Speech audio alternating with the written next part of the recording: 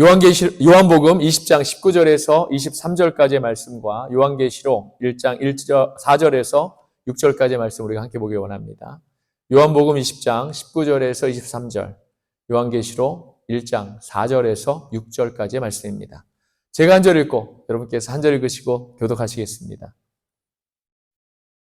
이 날, 곧 안식 후 첫날 저녁 때에 제자들이 유대인들을 두려워하여 모인 곳에 문들을 닫았더니 예수께서 오사 가운데 서서 이르시되 너희에게 평강이 있을지어다.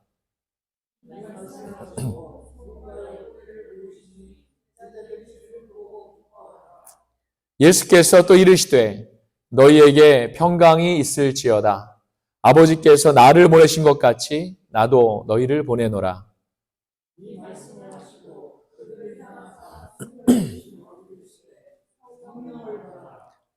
너희가 누구의 죄든지 사하면 사하여질 것이요 누구의 죄든지 그대로 두면 그대로 있으리라 하시니라.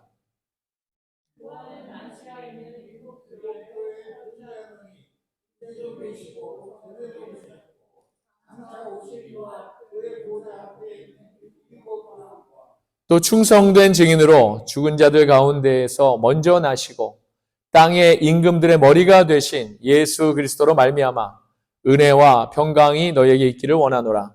우리를 사랑하사 그의 피로 우리의 죄에서 우리를 해방하시고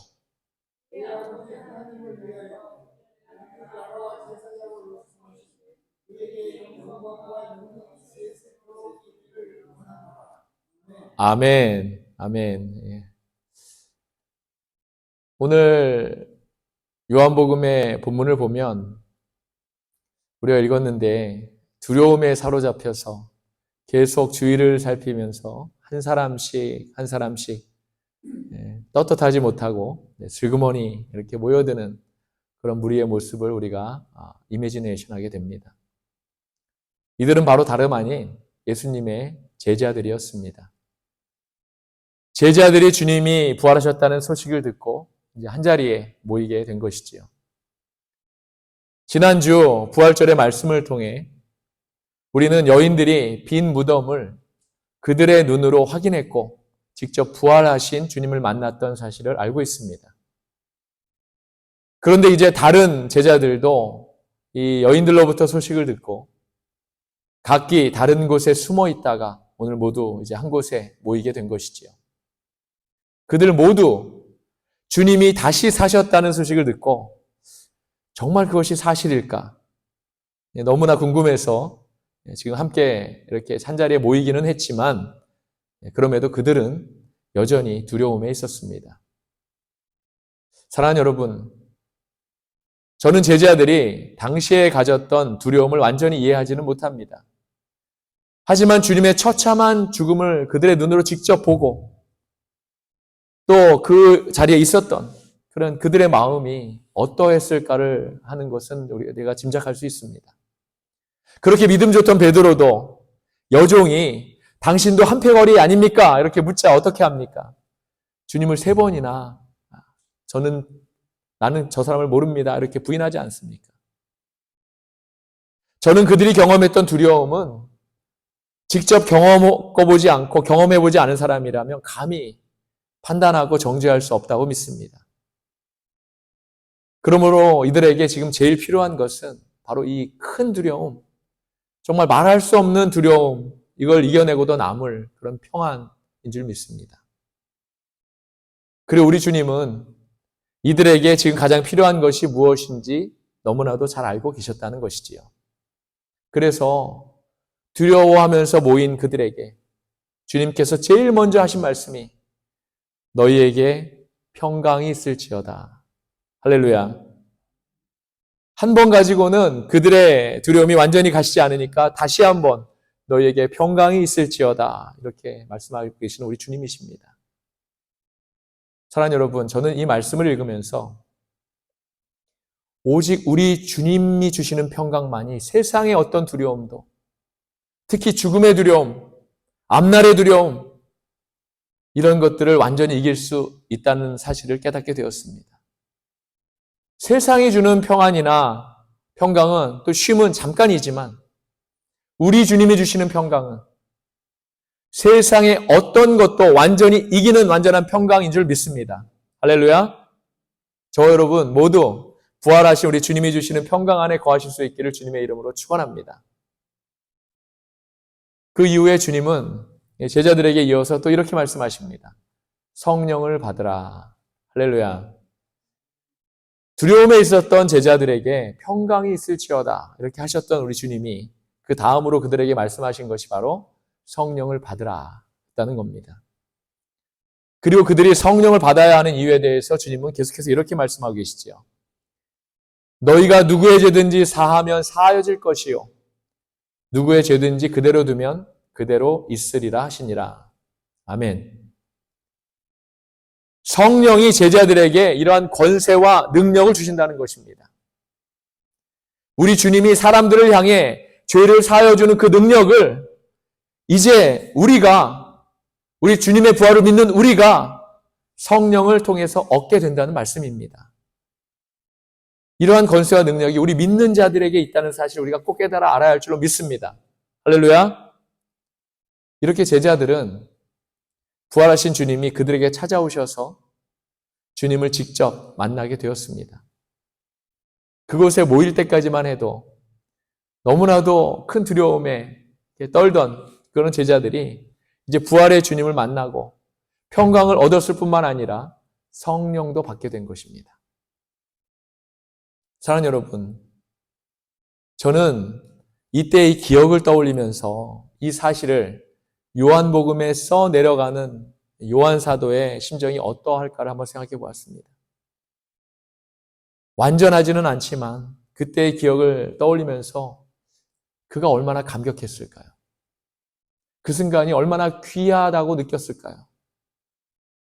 이제 그러했던 사도 요한이 이제 자신이 부활의 주님을 만난 경험과 또 성령의 강력한 인도하심을 받아서 이제 아시아에 있는 7 교회에 편지를 쓰고 있는 그런 사실입니다. 성경에서 말하는 아시아는 우리 모두 다 알고 있지만 바로 지금의 터키 지방을 말합니다. 터키가 지금 완전히 이슬람화되어서 국가적으로 그 국가는 이슬람 국가입니다. 하나님의 복음이 설 자리를 완전히 잊어버렸죠. 하나님의 복음의 설 자리를 완전히 잃어버렸지만 그 당시만 해도 사도 바울이 이곳저곳 찾아다니면서 전도에 힘입어가지고 기독교 전파에 큰 중추의 역할을 했던 곳이 바로 이곳이기도 했습니다. 사도 요한은 부활의 주님을 만난 그 심정을 가지고 남은 인생을 주님의 복음을 위해 살았고 이제 반모섬에서 성령의 이끌림을 받아서 아시아 지역에 있는 7 교회에 편지를 쓰고 있는 것입니다. 그는 바로 우리 부활의 주님을 만난 그 경험, 그 믿음, 그 심정을 가지고 하나님의 말씀을 성령님을 통해 7 교회들에게 이렇게 대언하고 있는 것입니다. 오늘 또 다른 본문인 계시록 1장 4절에서 5절을 한번 볼까요? 요한은 아시아에 있는 7 교회에 편지하노니 이제도 계시고 전에도 계셨고 장차 오실 이와 그의 보좌 앞에 있는 7명과 또 충성된 증인으로 죽은 자들 가운데에서 먼저 나시고 땅의 임금들의 머리가 되신 예수 그리스도로 말미암아 은혜와 평강이 너희에게 있기를 원하노라. 우리를 사랑하사 그의 피로 우리 죄에서 우리를 해방하시고 아멘. 이제도 계시고 전에도 계셨고 또 장차 오실 분. 지금 요한이 말하고 있는 이분은 바로 우리가 찬양하고 경배하고 예배해야 할 하나님이십니다. 우리는 이분이 누구인지 분명히 알고 있습니다. 지금 이 자리에서 우리 예배를 받아주고 계시는 분이시지요. 또한 이 편지를 받고 있는 아시아의 7 교회도 이분이 누구인지 분명히 너무나도 잘 알고 있을 것입니다. 편지를 쓰는 사도 요한은 편지를 받는 교회들이 이 사실을 꼭 알기를 바라는 마음에서 이 글을 쓰고 있는 것이지요. 만약에 그렇다면 편지를 받는 소아시아의 교회들은 사도 요한으로부터 왜 이런 편지를 받아야만 했을까요, 여러분? 사도 요한이 그들에게 왜 이런 편지를 쓸 수밖에 없었을까요? 여기에는 2가지 이유가 있습니다. 첫째는 소아시아에 있는 교회들이 하나님 앞에서 그만큼 중요하다는 사실입니다.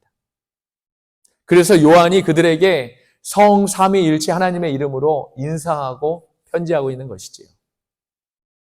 그리고 둘째는 지금 이 지역의 교회들이 처해 있는 상황이 지금 사실 너무나도 어렵다는 그런 사실입니다. 하나님께서는 이들 교회의 상태를 출애굽하기 전에 애굽의 바로에게 핍박받던 그때 이스라엘 백성들의 모습과 똑같은 상태로 보고 계신다는 것입니다. 어떠한 상태인지 아시겠죠, 여러분? 그래서 사도 요한으로 하여금 이 교회들에게 이렇게 삼위일체로 그 이름으로 편지를 쓰고 있는 것입니다. 지금 사도 요한이 이 편지를 쓰고 있는 교회는 다시 한번 말씀드리지만 아시아에 있는 7교회들입니다. 이 교회들은 특별히 이 지역을 대표하는 교회들이기도 합니다. 규모 때문에 대표된다기보다는 다양성 때문에 대표되고 있는 것으로 보입니다. 이 중에는 큰 교회도 있을 것이고 작은 교회도 있을 겁니다. 또한 당시에 이 지역에 이 7교회만 있었던 것이 아니기 때문에 특별히 이 교회들을 언급하고 있는 것은 이 7교회들이 교회들 전체를 대표하는 것으로 보고 있기 때문에 그렇습니다. 세상에는 많은 교회들이 있습니다. 하지만 모든 교회들이 말씀 안에 살아있는 것은 아닙니다. 그럼에도 어떤 교회는 살아있고 어떤 교회가 죽어있는가는 저와 여러분 우리가 판단할 수는 없겠지요. 교회의 머리 되신 예수님만이 교회들을 직접 판단하실 것입니다. 사람들의 눈에는 교회의 규모나 선교를 감당하는 사역이나 헌금 액수나 건물 같은 것으로 교회를 판단하겠지만 예수님께서는 교회의 중심을 보십니다. 교회의 그 중심에 하나님이 계신가? 예수 그리스도가 계신가? 그렇지 않은가로 판단되어질 것이기 때문입니다. 중요한 것은 우리 산나몬밸리 한인교회도 이 7교회 중에 하나로 포함되어 있다는 사실입니다. 이렇게 놓고 본다면 오늘 본문의 말씀은 오늘을 살아가고 있는 저와 여러분에게 하나님께서 직접 주신 하나님의 음성으로 우리가 새겨들어야 하는 것입니다. 오늘 말씀을 통해 그러한 역사가 있기를 바랍니다. 할렐루야. 이 당시에 이 소아시아의 교회들은 아주 번창했습니다. 사도 바울의 노력이나 성령의 강력한 일하심으로 인해서 복음이 날마다 이 지역을 깨우고 있었지요. 믿는 자들이 계속 늘어나고 있었습니다. 그런데 어느 시점이 지나서 세상의 것들이 교회에 들어오기 시작하면서 교회에 위기가 오기 시작합니다. 하나님의 교회가 부흥되고 복음이 확장되어 널리 퍼지고 있는데 사탄 마귀가 가만히 있겠습니까, 여러분? 어떻게든 하나님의 교회를 무너뜨리고 집중적으로 공격하고 있는 것입니다. 그래서 지금 이 교회들의 하나님의 말씀이, 하나님의 음성이 너무나도 필요했던 것이지요. 하나님께서는 사탄으로부터 오는 공격들로 인해서 이 교회들을 붙드시기 위해서 긴급하게, 정말 긴급하게 말씀을 보내고 계시는 것입니다. 사랑하는 여러분, 성도나 교회가 세상에 휩쓸리고 세상의 문제 때문에 어려워지는 것은 바로 그곳에 말씀이 없기 때문입니다.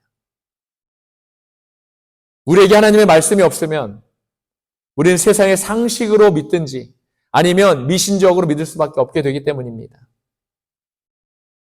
크리스천 중에서 점을 보러 다니는 사람이 많다는 말을 들었습니다. 바로 말씀이 없기 때문이고 말씀을 믿는 믿음이 부족하기 때문입니다. 우리에게는 세상의 상식을 뛰어넘는 그런 강력한 믿음이 있어야지 사탄 마귀를 이길 수 있는 것입니다. 사랑하는 여러분, 우리는 세상의 상식으로 마귀를 이길 수 없습니다. 이성적인 생각은 자기 머리로 이해되는 것만 실천합니다. 머리로 이해되는 것만 믿지요. 반면에 이해되지 않는 것은 순종하지 못합니다. 하지만 우리가 믿는 예수님에 대한 믿음은 이러한 이성적인 판단을 완전히 뛰어넘는 그런 위대한 힘이 있는 줄 믿습니다. 머리로는 납득이 가지 않지만 이것이 하나님의 말씀이고 바로 나에게 주시는 말씀이고 하나님의 뜻이라는 그런 믿음이 생기고 그 말씀에 전적으로 우리가 순종할 수 있을 때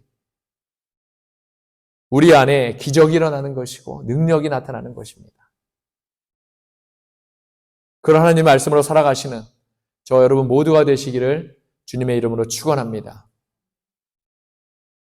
그런데 궁금한 것은 요한의 이 삼위일체를 동반한 인사가 이들에게 과연 얼마나 기쁨이 되고 얼마나 큰 힘이 될 수 있었을까요?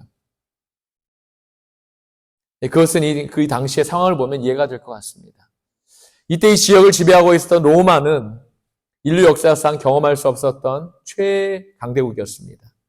그 전에 바벨론이 있었고 아시리아가 있었고 메데, 페르시아, 또 알렉산더가 있었지만 그 당시에 로마에 비할 바는 아니었다는 겁니다. 모든 길은 로마로 통한다라는 그런 의미의 팍스 로마나라는 말이 있지 않습니까? 이 말은 다른 말로, 다른 의미로 세계 평화를 뜻하기도 합니다. 로마 황제는 그 권력을 다 쥐고서 자신에게 복종하라고 강요했습니다. 자기를 주님이라고 부르라고 했지요. 그러면 평화가 임한다고 말이지요. 사탄 마귀가 황제로 하여금 교회를 핍박하게 하는 것입니다. 로마 황제에게 절하지 않는다고 기독교인을 잡아가서 고문하기도 하고 원형 경기장에서 죽이기도 하고 했습니다. 교회가 이런 일을 겪게 되면, 이런 고난을 겪게 되면 제일 먼저 성도들에게 떠오르는 생각이 있습니다. 그것은 바로 하나님께서는 왜 이러한 일을 지켜보고만 계시는 것인가? 하나님은 도대체 무엇을 하고 계시는가? 이런 의문들입니다. 믿음에 대한 의심이 생기는 것이지요. 바로 이러한 때에 사도 요한이 삼위 하나님의 이름으로 교회들에게 분한하고 있는 것입니다. 다시 한번 보겠습니다. 이제도 계시고 전에도 계셨고 장차 오실이. 이분이 바로 하나님이시지요. 하나님은 이스라엘에게 본인을 소개하실 때 여호와라고 이렇게 소개합니다. 여호와라는 이름은 히브리어의 하야라는 그런 동사에서 나왔는데 영어의 비동사와 같습니다. 바로 being, 존재한다라는 뜻이지요. 그래서 이 말은 지금이나 전에나 또한 앞으로도 계속해서 존재하시는 하나님, 바로 이런 말이 되는 겁니다. 하나님께서 자신을 여호와라고 이렇게 소개하실 때는 반드시 그 이유가 있습니다. 바로 피조물인 인간들이나 또 우상들이 하나님의 자리를 대신하고 자기가 하나님인 것처럼 그렇게 주장할 때입니다. 바로 가짜들을 내리치시기 위해서 진짜이시는 여호와 하나님만이, 당신만이 전능한 신이라고 이렇게 선포하고 계시는 것이지요. 바로 과거의 애굽의 바로에게 자신을 여호와라고 이렇게 소개하시고 바로를 무릎 꿇게 하신 것도 바로 그 이유입니다. 그런데 이때 온 세상은 로마가 지배하고 있습니다. 로마 황제는 자신이 신이라고 이렇게 믿게 합니다. 자신에게 절하지 않으면 죽이겠다고 협박하고 강요합니다. 이러한 로마 황제를 성도들이 무슨 힘이 있어서 대적하겠습니까? 교회가 무슨 능력이 있어서 그 일을 감당하겠습니까? 바로 그때 사도 요한은 말하기를 바로 하나님은 지금도 살아계신다. 지금 이 순간에도 살아계신다. 이렇게 선포하고 있는 것이지요. 이제도 계시고라는 말은 하나님이 지금 일어나고 있는 모든 일을 다 보고 계신다는 말입니다. 보고만 계신다는 말이 아니라 지금 저울에 올려 믿는 자들을 핍박하는 그 사람들의 죄의 중량을 직접 달아보고 계신다는 말씀인 것이지요. 하나님께서는 로마 황제뿐만 아니라 이 세상에 하나님을 인정하지 않고 두려워하지 않는 모든 교만한 사람들을 저울에 달아보신다는 말씀입니다. 다니엘서 5장 25절에 보면 바벨론 벨사살 왕이 잔치를 하면서 너무나도 교만하게도 하나님의 성전에 있는 그릇들을 다 꺼내어서 술을 따라서 술을 마십니다. 그때 벽에 하나님의 손가락이 나타나서 메네 메네 데겔 우바르신이라는 그런 글을 썼는데, 즉 벨사살 왕이 하나님의 저울에 교만함으로 하나님을 멸시했다고 나타났기 때문에 그가 망할 수밖에 없다는 그런 뜻입니다. 그날 밤에 벨사살 왕은 죽임을 당하지요. 이렇게 하나님은 모든 것을 보고 계신다는 말씀입니다. 나중에 로마는 자신들이 돈을 주고 사서 로마에 온 야만족들에게 완전히 무너졌지만 결국 그들 스스로가 도덕적으로 타락해서 무너지고 말았습니다. 사랑하는 여러분, 영원하신 분은 하나님 한 분뿐이십니다. 할렐루야. 다른 것들은 다 일시적인 것이고 피조물일 뿐입니다. 사탄도 피조물이고 천사도 피조물이고 황제도 역시 피조물입니다. 이 모든 것들은 전에도 있었던 것들이 아닙니다. 또한 요한은 하나님을 장차 오실 분으로 이렇게 소개하고 있습니다. 이 말은 앞으로 오셔서 이 세상을 심판하신다는 말씀이지요. 하나님께서 이 세상을 만드시고 그냥 내버려 두시는 분이 아닙니다. 변함없이 간섭하시고, 우리가 어떻게 표현합니까? 이 말씀을 신실하다고 표현하죠. 함께 하시며 결국 최종적으로 다시 오셔서 모든 사람들이 행한 대로, 그 사람들이 행한 대로 심판하실 것을 믿으시기 바랍니다. 아멘. 두 번째로 요한은 성령의 이름으로 인사를 합니다. 계속해서 하나님을 소개하고 난 다음에 성령님을 소개하고 있죠. 4절 끝부분에 보면 그의 보좌 앞에 있는 7영과, 이분이 바로 성령님이십니다. 보통 성부, 성자, 성령 이렇게 우리가 인사를 하는데 사도 요한은 성자 예수님보다 성령님을 먼저 소개하고 있습니다. 그런데 성령님을 왜 그 보좌 앞에 7영이라고 이렇게 요한이 소개하고 있을까요? 그것은 성령의 존재와 역할 때문인 것 같습니다. 성령님은 우리 안에 오셔서 우리 안에서 역사하시지만 그 본질은 하나님께 있습니다. 어떤 분은 성령이 어느 교회에나 항상 계시는 것으로 이렇게 믿고 있지만 사실 성령님께서는 언제나 하나님에게서 이렇게 영원히 나오십니다.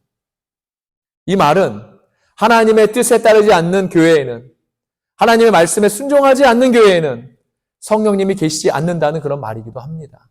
두렵고 떨리는 말씀이지요. 그래서 우리는 매일 매 순간을 성령님의 도우심을 간구하고 의지해야 하는 것입니다. 그리고 그는 7영이시기 때문에 각 교회를 충만케 하시기에 부족함이 없는 것입니다. 교회가 성령이 충만하지 못한 것은 성령의 능력이 부족해서가 아닙니다. 그것은 교회가 믿음으로 간구하지 않기 때문인 것입니다. 우리 교회가 성령으로 충만하기를 원하시죠, 여러분? 그러면 믿음으로 끊임없이 간구해야 합니다. 성령을 달라고 간구해야 합니다. 우리는 매 순간 하나님의 영이 우리에게 임하셔서 우리를 새롭게 하도록, 매일매일 새롭게 하도록 그렇게 간구해야 하는 것이지요. 우리의 힘으로는 악한 생각들이나 악한 세력을 이길 수 없습니다. 이들을 이길 수 있는 것은 오직 하나님의 보좌 앞에 있는 7영, 바로 성령의 능력밖에 없는 것이지요. 성령으로 날마다 승리하시는 저와 여러분 모두가 되시기를 주님의 이름으로 축원합니다.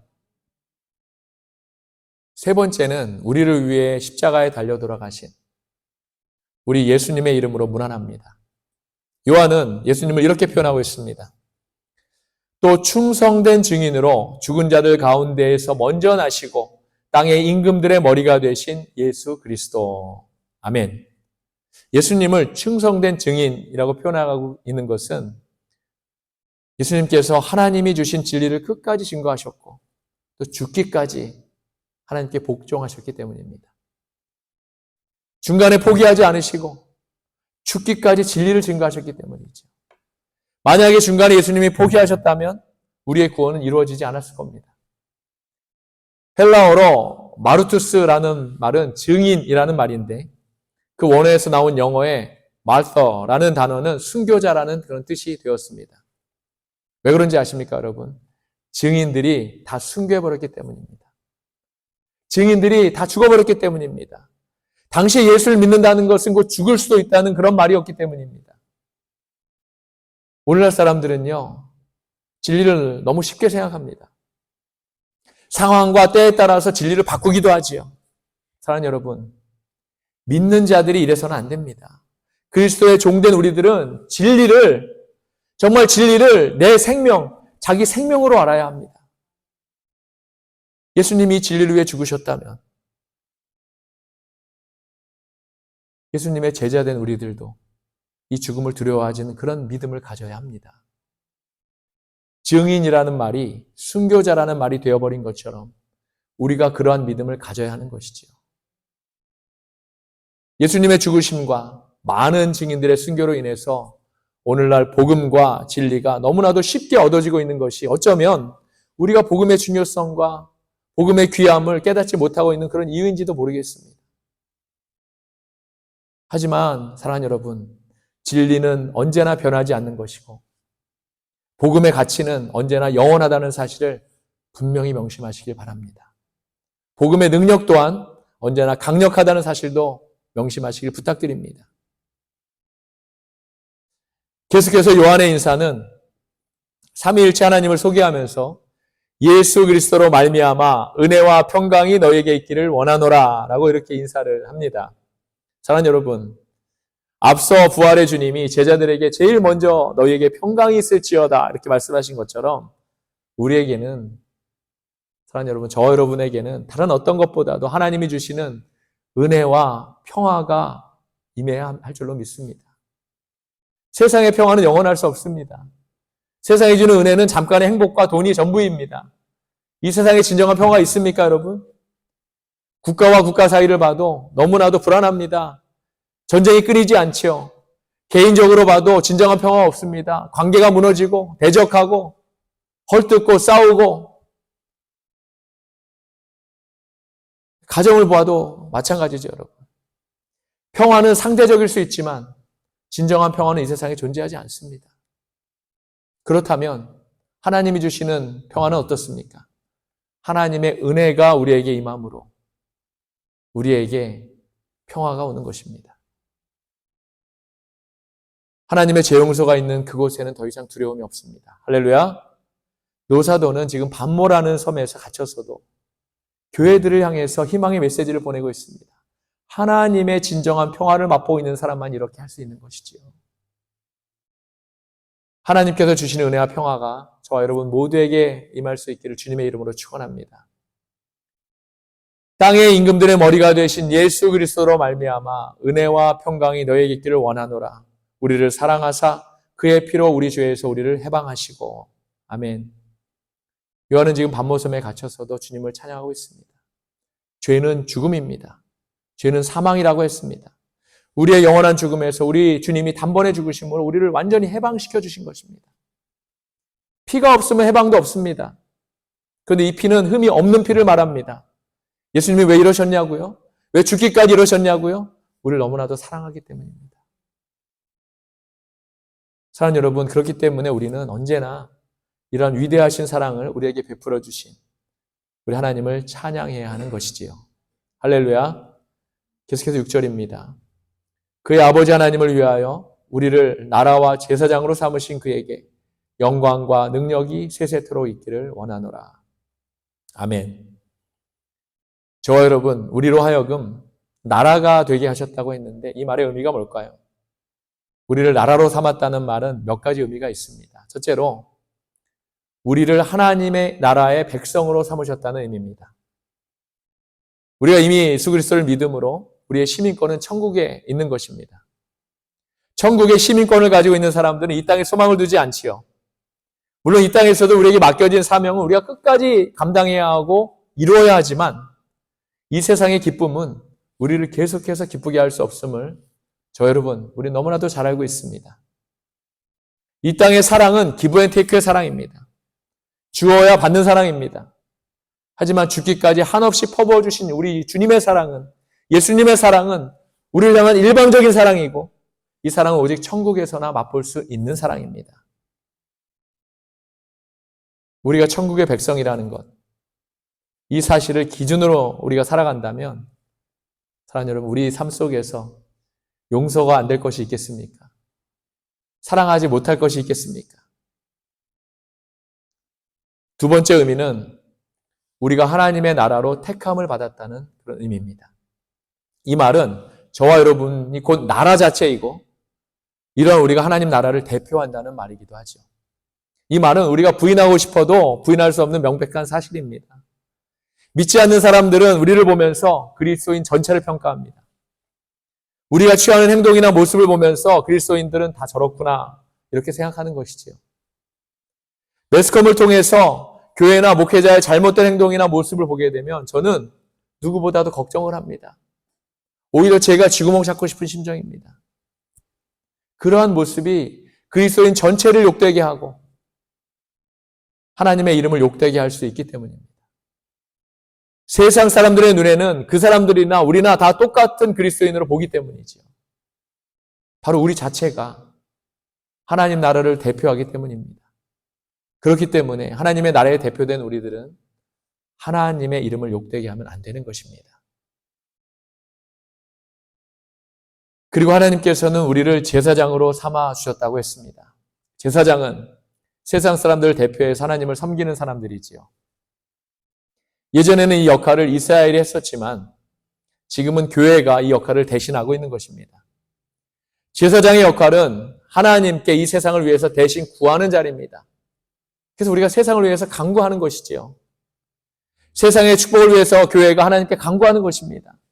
이 세상의 죄를 하나님께 불쌍히 여기도록 기도하고 간구하고 하는 것이 바로 교회의 역할입니다. 우리는 우리 자신의 문제만을 위해서 택함받은 것이 아닙니다, 여러분. 우리 자신의 구원을 위해서만 존재하는 것도 아닙니다. 우리 주위에 있는 모든 사람들의 고통과 그들의 구원을 위해서 우리가 기도하고 전해야 하는 그런 사람들이지요. 전쟁으로 인한, 화재로 인한, 또 지진으로 인한 그런 참사를 보면서 그 영혼들을 위해서 정말 그 가엾은 영혼들을 위해서 불쌍히 여기게 해달라고 하나님의 은혜를 구하는 사람들입니다. 바로 이것이 제사장으로서의 역할입니다, 여러분. 그런데 제사장은 또한 다른 면에서 보면 싸우는 사람들입니다. 사람들의 고통을 두고 하나님께 용서를 구하고 그들 위해서 기도도 하지만 세상의 죄를 위해서 죄가 교회 안에 들어오고 가정에 들어오고 하는 것을 막기 위해서 싸우는 사람들입니다. 레위 사람들이 제사장의 직분을 받게 된 것은 이스라엘 자손들이 금송아지의 우상을 만들어 범죄했을 때 자기 친척, 이웃, 형제들과 싸웠기 때문입니다. 죄와 싸우지 않는 사람들은 제사장이 아닙니다. 마지막으로 이 노사도는 모든 영광과 능력을 그리스도께 돌리고 있습니다. 우리의 찬송과 영광을 받으실 분은 오직 한 분, 그리스도이십니다. 노사도에게 왕은 죽음에서 부활하신 예수 그리스도 한 분밖에 없습니다. 예수만이 우리의 전부이고 예수만이 우리의 구원입니다. 할렐루야! 예수만이 우리의 소망입니다. 노사도가 편지를 통해 정말로 이야기하고 싶었던 것이 바로 이것입니다.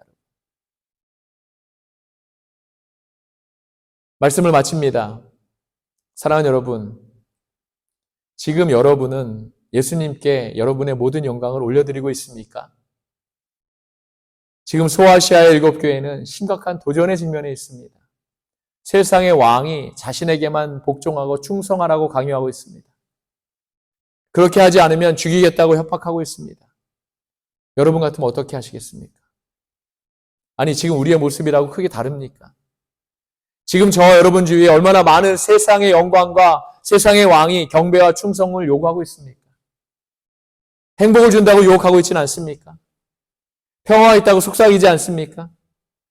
지금 하나님께서는 사도 요한이 보낸 이 편지를 통해서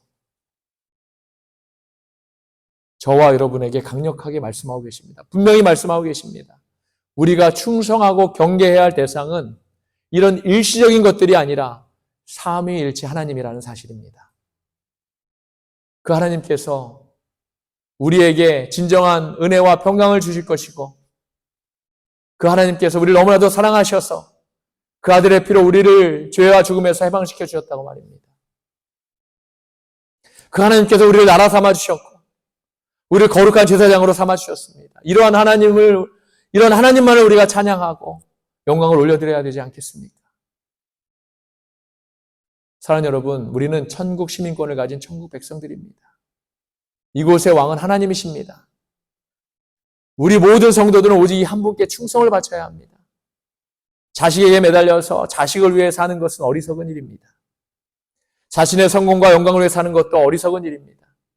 회사를 위해 산다면 그것도 마찬가지지요. 주님을 위해 사십시오. 모든 영광을 그분께 돌리는 삶을 사십시오. 주님의 능력으로 사십시오. 그리고 주님은 우리에게 말씀하십니다. 너희를 보내노라. 복음을 위해, 하나님 나라를 위해 너희를 보내노라. 사랑하는 여러분, 이것이 우리 존재의 목적인 줄 믿습니다. 먼저는 내가 부활의 주님을 만나야 하고 그 주님께 목숨을 걸고 충성해야 합니다. 그리고 충성된 그 일은 바로 복음을 위해 우리가 사는 일이지요. 복음을 위해 하나님의 능력으로 살아가시는 저 여러분 모두가 되시기를 주님의 이름으로 간절히 축원합니다. 기도하시겠습니다.